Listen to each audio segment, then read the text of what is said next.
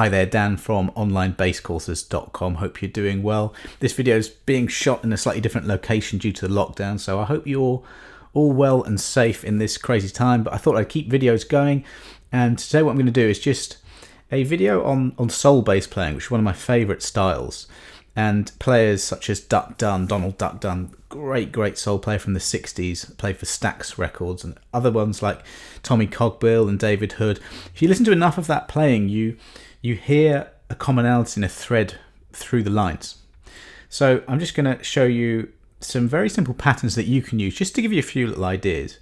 And you don't have to use this in soul bass playing. So many bass players were influenced by that era that you'll hear those bass lines going, even now you'll hear all that kind of great stuff going on. So I'm going to stick to one key. I'm going to be in the key of G, and I'm going to just improvise around the chords of G, C and D. So 1, 4, 5. So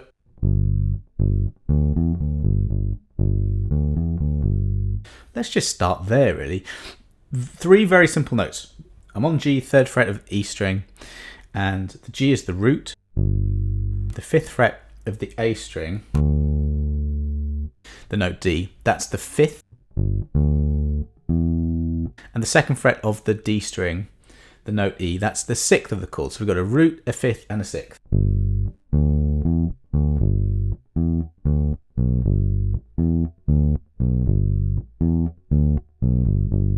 And soul bass lines, and Duck Dunn in particular, what he would do is just take a simple line and repeat it, quite riff based in that way. Very dissimilar to someone like James Jamerson, who roughly around the same time was creating incredible lines under the Motown label. He would just play never the same thing twice, or regularly he would do that. Whereas Duck Dunn would anchor, and many of these soul bass players would anchor the whole song just by using a repetitive hook, and that's what it was. You could really hear these bass lines. So that's a root, a 5th and a 6th.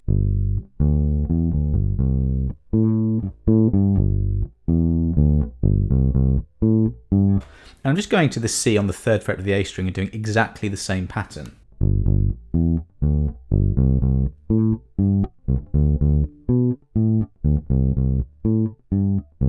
And then going to the 5th fret, which is the D, that's the 5 chord, doing the same pattern. So when you're messing around with this and you want to improvise lines, and this practice of improvisation will stand you in good stead for other styles of music. It's not just soul here. But mess around with changing the order of notes. So I was going root, 6 and 5. Maybe you can go.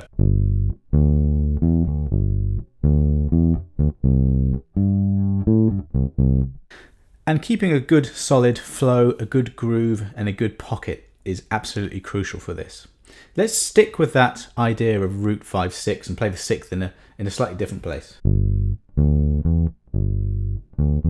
So what I'm doing there, and you can do this same pattern for every single chord we change to, I'm doing the G on the 3rd fret of the E string, and I'm moving to the 5th fret of the A string, and then playing on the 5th and the 7th fret, that's the 5th and the 6th. And you can slide up to that. That's why it's great if you keep it on the same string.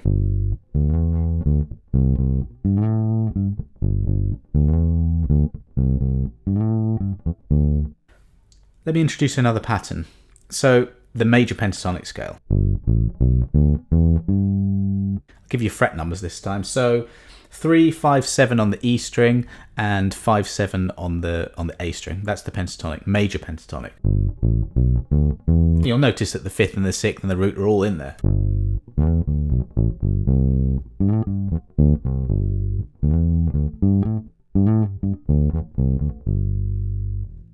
So that's that. Let's add one more note in. A lot of these chords in soul are based around the dominant because it really comes from blues. So you've got, in this case it would be G7, C7, D7. You've got a lot of that kind of tonality going on. And if we just stick with the pattern, we'll build patterns as we go here. I'll show you. If we just keep that same pattern and we end up on that note, we end up on the 7th fret of the A string, and that's the 6th, the major 6th. Right next door to that on the 8th fret is the dominant 7th. It's a flat 7th, and it's just got this really great bluesy soul sound.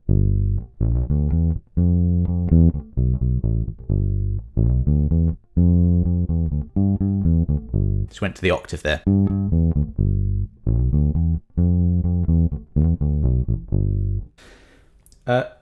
A quick point, you can add hammer-ons or slides and a little vibrato, because, you know, it's soul playing, and soul, it's quite, think about the vocalists that are around that period of time, that soul voice, you can add that into your playing with articulations, with your hammer-ons and your pull-offs, not to overdo it too much.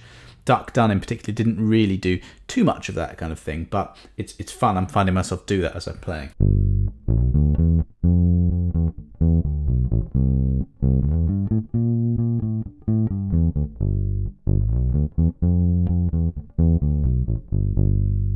Okay, another pattern. We'll stay on the one chord, on the G, and we'll just go a little walk up from the third to the fifth. So that would be the second, third, fourth, and fifth fret of the A string.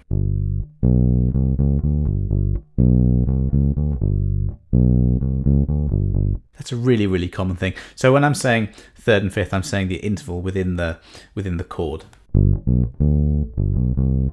So a chromatic walk up from the third to the fifth. You hear that all the time. And you can start on the octave.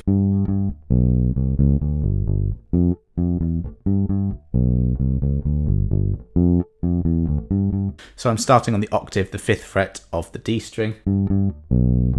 There's that chromatic walk up. And I'm landing there on that seventh. So this is the third fret of the D string. And that's really got that strong bluesy soul flavour.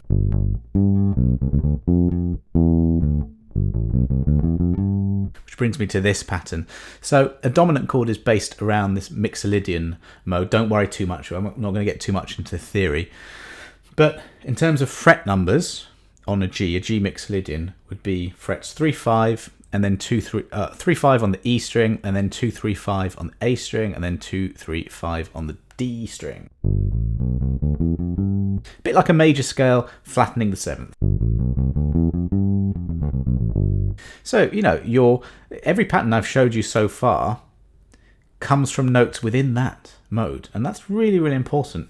This is the scale of soul, if you like, and if you add in really simple playing but played with as much feel and as much groove as you can get, then you will be sounding like a soul bass player. That's what we want. So, you know, keep things simple. Just because I said you've got all those notes in the mode, you do not have to use all of them.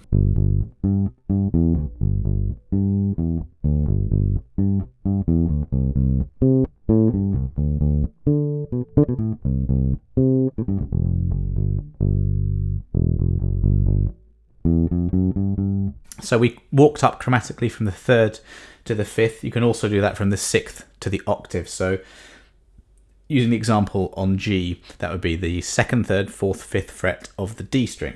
That's the sixth, and that's the octave.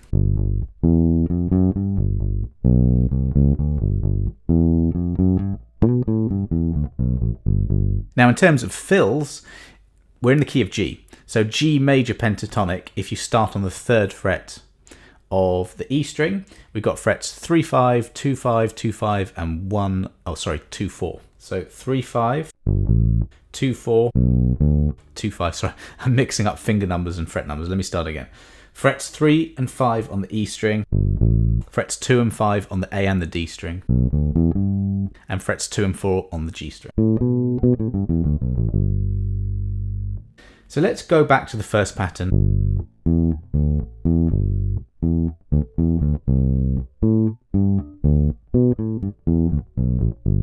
I just did the root 6/5 pattern on the 1 chord, on the 4 chord, on the 5 chord. That's the G, the C, and the D. And then I just did a little fill walking down that scale.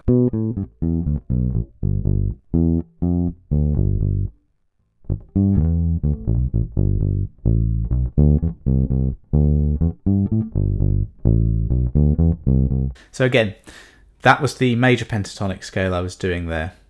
And I know I'm saying scales a little bit. I've said mixolydian mode, pentatonic scale, but really you don't need to know many scales to really master this style. Major pentatonic essential, mixolydian essential. So I played the major pentatonic going in that direction, and really I think it's a good idea to know it going slightly across the neck, because then you can introduce those slides. And once you land there, so let me just quickly show you the fingering pattern I'm using there. So I'm going frets 3, 5 and 7 on the E string with fingers 1, and then I'm shifting across to the 5th fret of the E string using finger 1 again, and then going 3, 1, 3, finger numbers 3 on the 7th fret E string, 1 on the 5th fret of the A string, and 3 on the 7th fret of the A string. And you can repeat that exact same pattern when you get to the 5th fret of the D string, the octave. Same thing again.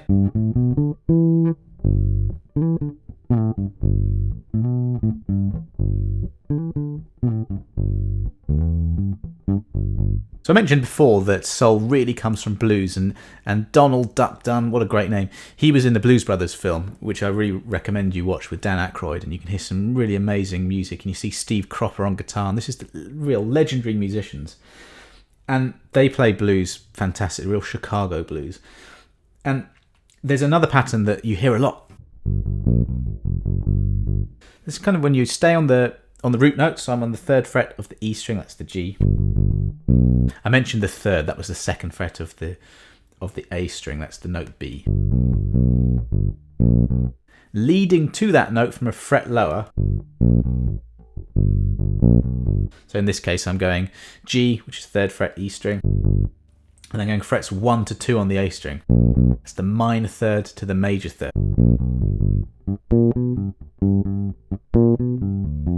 You hear that loads.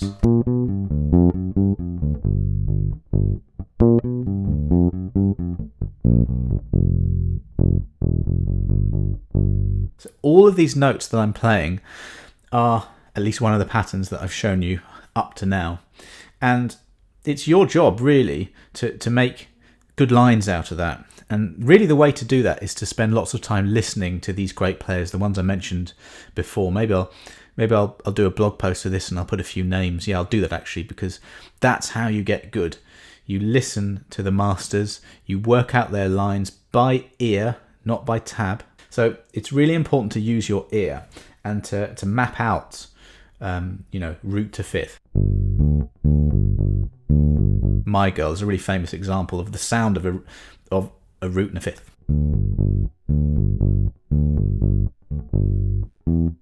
What was the other one I was... Soul Man, which Duck Dunn played.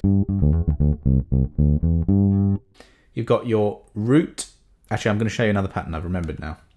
You've got your root sort of descending down into C. It's just G to C.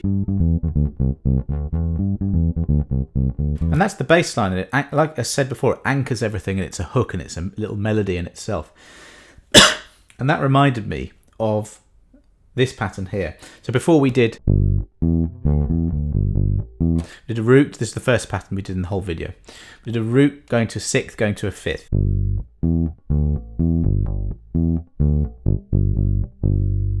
And that's really a really good pattern if you're starting on one of the lower strings. Now, if we jump up an octave, so I'm on the 5th fret of the D string now, I'm going to do root 6, 5 again, but instead of going,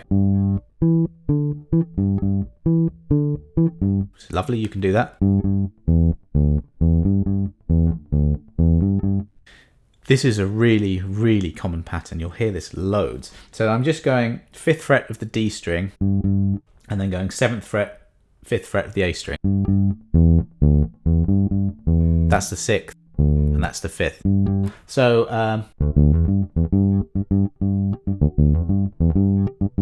higher and higher.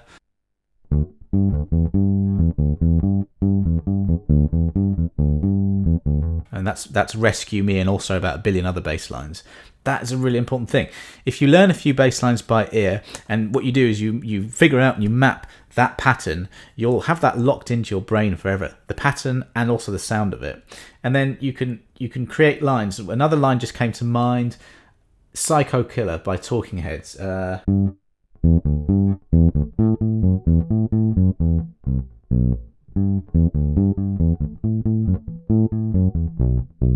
something like that. Exactly the same root 6/5 pattern in that configuration. Now if you're there, that flat 7th is going to be right next door to your 3rd finger in this case. So what that's the 8th fret of the A string.